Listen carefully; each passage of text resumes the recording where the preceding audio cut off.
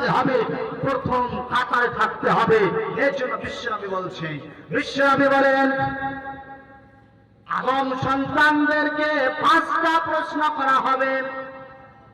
যতক্ষণ পর্যন্ত এই 5টা প্রশ্ন হিসাব দিতে পারবে না, ততক্ষণ পর্যন্ত এ আদম সন্তান এক পা আগে বাড়াতে পারবে না, পিছনে সরাতে পারবে না। তার মাঝে একটা প্রশ্ন করা হবে, হে আল্লাহর বান্দা, হে আল্লাহর বান্দি, তোমরা শোনো, তুমি শুনে নাও। তোমাকে যৌবন কাল দেওয়া হয়েছিল, সেই যুবক অবস্থায় যৌবন কালটাকে তুমি কিসে ব্যয় করেছো? তুমি মদ খরিতে ব্যস্ত হয়েছ, শুধু সারা পান করে বেরিয়েছ, শুধু মাস্তানি করে বেরিয়েছ, জেনা করে বেরিয়েছ, না চুরি করে বেরিয়েছ, না ইসলাম বিরোধী কাজে ব্যস্ত ছিলে, না নামাজ পড়েছিলে? সেই হিসাবটা সেদিনকে লাগবে। আজকে যদি আমরা এই যুবকের দল, এই সমাজকে সংশোধন করতে না পারি, এই সমাজকে যদি আদর্শ সমাজ গড়ে তুলতে না পারে, এই সমাজ ইসলামী সমাজ গড়ে তুলতে না পারে, কিয়ামতের দিন আমি আপনি কেমনে হিসাব দেব?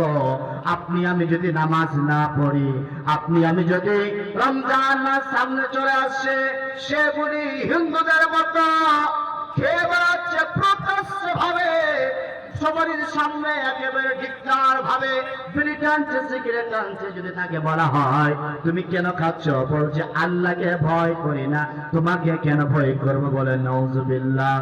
আল্লাহ বলছেন তার জন্য, হে আমার বান্দা বান্দিরা, এমন কথা করো না যে কথা আল্লাহর ফেরেশতা তোমাদের রেকর্ড করে না, লিপিবদ্ধ করে না, যার জন্য কিয়ামতের মাঠে অপমান হতে হবে। আপনি আমি যদি উ শব্দটা বলে, তাহলে আমার উ শব্দটা লেখা হচ্ছে, রেকর্ডিং করা হচ্ছে। বন্ধু আমার আমল নামায় সেটাও লেখা হবে। কিয়ামতের দিন এই নেককার জন্য, কথাবার্তার জন্য আপনি আমি ধরা পড়ে যাব। পৃথিবীতে মাস্তানি করে বেরিয়েছি, মসজিদ মুখী হয়নি, মসজিদে নামাজ পড়তে যায়নি, আজকে মসজিদ নির্মাণ হয়, মসজিদের উন্নতি করবে জলসা।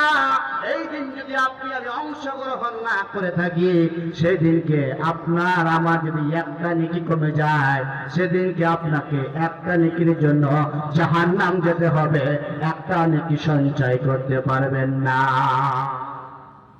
আল্লাহ বললেন 5টা প্রশ্ন করা হবে, একটা তার মধ্যে যৌবনকাল হিসাব চাইবে। বন্ধু আমার, আজকে আমি দেখবো এই ঝাড়খণ্ডের মাটিতে যে কয়েকটা যুবক আছে 2000 টাকা করে, কি নাম? আফজাল হোসেন। জি, আফজাল হোসেন। সুবহানাল্লাহ, লিল্লাহি তাকবীর।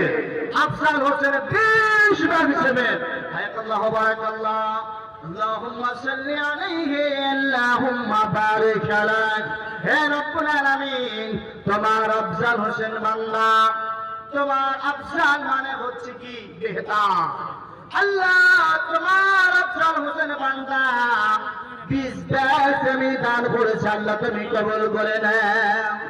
রব্বুল আলামিন, তার ইহকাল পরকালকে তুমি সুখময় জীবন দান করে দাও। হে রব্বুল আলামিন, তোমার কাছে দোয়া করি, তার আত্মীয় স্বজন যদি